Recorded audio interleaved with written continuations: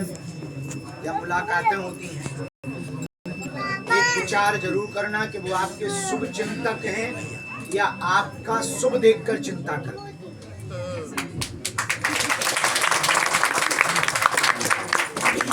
दो प्रकार के लोग होते हैं, एक शुभ चिंतक होते हैं और दूसरे प्रकार के जो होते हैं वो आपका शुभ देखकर चिंता में आ जाते हैं।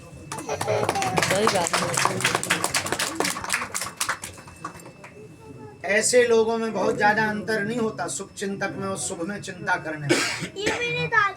प्रायः दोनों लोग नजदीक रहते हैं और दोनों ही जो है आपका अपना अपना बोल करके ये हमारे अपने, ये हमारे अपने, आप हमारे अपने, मीठी मीठी बातें फेंकते हैं। तो आपसे हमारी प्रार्थना है, आप स्वार्थी बनोगे तो केवल तुम्हारा हित होगा, सारथी बनोगे तो तुम्हारे साथ साथ दूसरे का। वर्तमान समय में स्वार्थी ज्यादा है, सारथी कम, और आवश्यकता सारथी की। खैर आप भी खोज रहे हो, और हर व्यक्ति को एक ऐसे व्यक्ति की आवश्यकता है जो स्वार्थी ना हो, सारथी। लोग जाना कट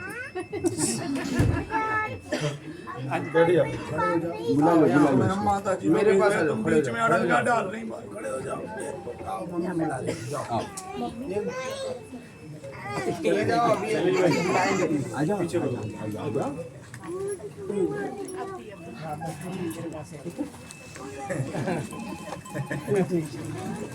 तो ज्यादातर लोग वर्तमान समय में स्वार्थी और होना भी चाहिए। स्वार्थी होना कोई बुराई बात नहीं है गौतम, लेकिन केवल स्व का हित हो ये होना बहुत बुरी बात है। भगवान हमारे हैं ये तो अच्छा सिद्धांत है, लेकिन भगवान केवल हमारे ये बहुत बुरा सिद्धांत है। हमारे तो हैं, गुरुजी हमारे हैं, लेकिन केवल हमारे हैं, ये हो पाना बहुत कठिन बात है। तीसरी बात सुनो बहुत ध्यान पूर्वक, आपने मंदिरों में भगवान बैठा दिए, लगभग यहाँ जितने लोग हैं सबके घर में मंदिर होगा। मंदिर नहीं होगा तो छोटा सा स्थान होगा, पर पूजा घर होगा। पर हमको बहुत हंसी आ रही है कि आपके मंदिर में तो भगवान बैठ गए पर मन में ना बैठ पाए। और मन में यदि भगवान ना बैठ पाए तो मंदिर के बैठे भगवान किसी काम के नहीं, वो तो सिर्फ एक मूर्ति है। और वो मूर्ति भी हमारे तुम्हारे जैसे आदमी ने ही बनाई, उसमें जो मंत्र भरे हैं वो भी हमारे तुम्हारे जैसे आदमी ने भरे। यदि तुम अपने मन में भगवान ना बैठा पाए तो मंदिर के भगवान किसी काम के नहीं है। मंदिर का भगवान तब कृपा करेगा जब तुम्हारे मन में भगवान बैठा होगा। बागेश्वर धाम सरकार की। मन में भगवान को ना बैठा पाओगे तो मंदिर में भी भगवान कृपा ना कर पाएगा। वो तो सिर्फ एक पत्थर की शिला है, वो बैठी है, और तुम उसको कुछ भी कहते रहो, वो कुछ ना कर पाएगी। हमारे पास बहुत लोग आते हैं, प्रणाम करते हैं, पर कुछ लोग इसलिए प्रणाम करते हैं कि यदि प्रणाम नहीं करेंगे तो बाबा बात नहीं करें। वो तो झुकते हैं पर मन ना झुकता, दिल ना झुकता है। और जिसका दिल ना झुके, मन ना झुके, वो लाख उपाय कर ले, हम कुछ दे भी दें तब भी वो कुछ पा नहीं पाता। इसलिए हम आपसे प्रार्थना करेंगे, आज की बैठक में विशेष प्रार्थना यही है और ये निवेदन है कि मंदिर में भगवान को बैठाओ या ना बैठाओ, घर में मंदिर बनाओ या ना बनाओ, पर मन में मंदिर जरूर बनाओ। बोलो सीताराम भगवान। मन में मंदिर हो गया, आप मंदिर ना भी बनाओगे तब भी फल उतना ही पाओगे जितना एक राम मंदिर बनाने का फल होगा, कृष्ण मंदिर बनाने का फल होगा। इसी पर एक बात और कल हमने कही, एक सवाल पूछिए, आपका आने दो छोटा सा सवाल। हमने कल कहा किसी को बाबा जी विनम्रता पूर्वक कहा, एप्पल देंगे। जितने शंकर जी के मंदिरों में नंदी पूज रहे हैं पत्थर के, काश इतने असली नंदी पूजते तो सड़कों पर बैठ न बैठते। जय करो। जितने गणेश जी के वाहन तुम चूहा घरों पे पत्थर के पूज रहे हो, काश इतने तुम असली चूहों को भोजन कराते तो चूहे कपड़ा ना कुतर। भोजन के लिए तुम्हारे कपड़े खराब ना कर। लेकिन गजब है, पत्थर के नंदी पूज रहे हैं, असली नंदी पिट रहे। पत्थर के चूहा पूज रहे हैं, असली चूहे जाल में पकड़े जा रहे। बाहर परमात्मा को खोज रहे, अंदर परमात्मा ही नहीं।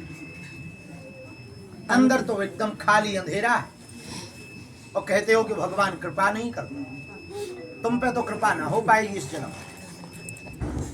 और सुनो, तुम्हारे मानने या ना मानने से परमात्मा को कोई फर्क भी नहीं पड़ता। थोड़ा सा तुम्हें सो फर्क पूरा पड़ जाए। भगवान को मानने या ना मानने से कोई फर्क। अब कोई कहे कि अमेरिका नहीं है, इससे अमेरिका को क्या खास फर्क पड़ेगा? आप कहो कि अमेरिका नहीं है तो अमेरिका को फर्क पड़ेगा क्या? नहीं पड़ेगा। कोई हमसे कहे कि आप बाबा नहीं हो तो हमको का हलवा फर्क पड़ेगा? हम जिनके हैं उनके तो है ही है ना। हाँ। बोलो गुरुदेव भगवान की। तुम्हारे नहीं है तो तुम अपनी ठटली बढ़ाओ, नाक कटवाओ अपनी, हमें का लेना देना। आओ तो वेलकम, ना आओ तो भीड़ कम। सही बात। इसलिए हम प्रार्थना करें आज की बात में, मंदिर में परमात्मा को बैठाओ या ना बैठाओ, पर मन मंदिर में भगवान को जरूर बैठाओ। मन मंदिर में यदि भगवान बैठ गया तो समझो मंदिर बना लिया। वही रखा है वहाँ से और मन मंदिर में भगवान यहाँ बैठा। कल भी हमने कहा था, भूख लगा है। आज फिर हम निवेदन करें। वर्तमान समय में आध्यात्मिक बहुत हो रहे हैं, आध्यात्मिकता खत्म हो रही। इंग्लिश में कहें तो स्पिरिचुअल बहुत है, स्पिरिचुअलिटी नहीं। सही बात। इसकी बड़ी कमी आ गई। यहाँ जितना भी है सब बाहर की पूजा पाठ। हमें भी जितने मिलते वो सब बाहिक वाले ही मिलते, अंतस वाले नहीं मिलते। बाहर का मतलब यही है, तुम जिसे धर्म मानते हो, तिलक लगा लिया, घंटी बजा दी, फूल चढ़ा दिए, इसको तुम यदि धर्म मानो तो नंबर 1 के मूर्ख हो। ये धर्म नहीं है, फर्ज है। फर्ज है आपका, सनातनी होने का फर्ज है तिलक लगाना, सनातनी होने का फर्ज है मंदिर जाना। धर्म तो है जीना, जीवों पर दया करना, सेवा करना, जन जन में राम देखना। अच्छा गजब है, मंदिर में राम जी बैठे हैं और खुद में रावण बैठा। देखो तुम तमाशे, अंदर कृष्ण कन्हैया बैठा रखे हैं मंदिर में, बड़ा मंदिर बना रखा है, और तुम्हारे विचार कंस वाले। और हमसे कहते कि भगवान कृपा नहीं करते, ठटरी के भरे। खुद कंस वाले विचार हैं और कृष्ण की कृपा चाहते हो। रावण के विचार हैं और राम की पूजा करते हो। हम यही कहेंगे, भले ही राम विराजमान करवाओ या ना करवाओ, पर अंदर रावण को मत पनपने।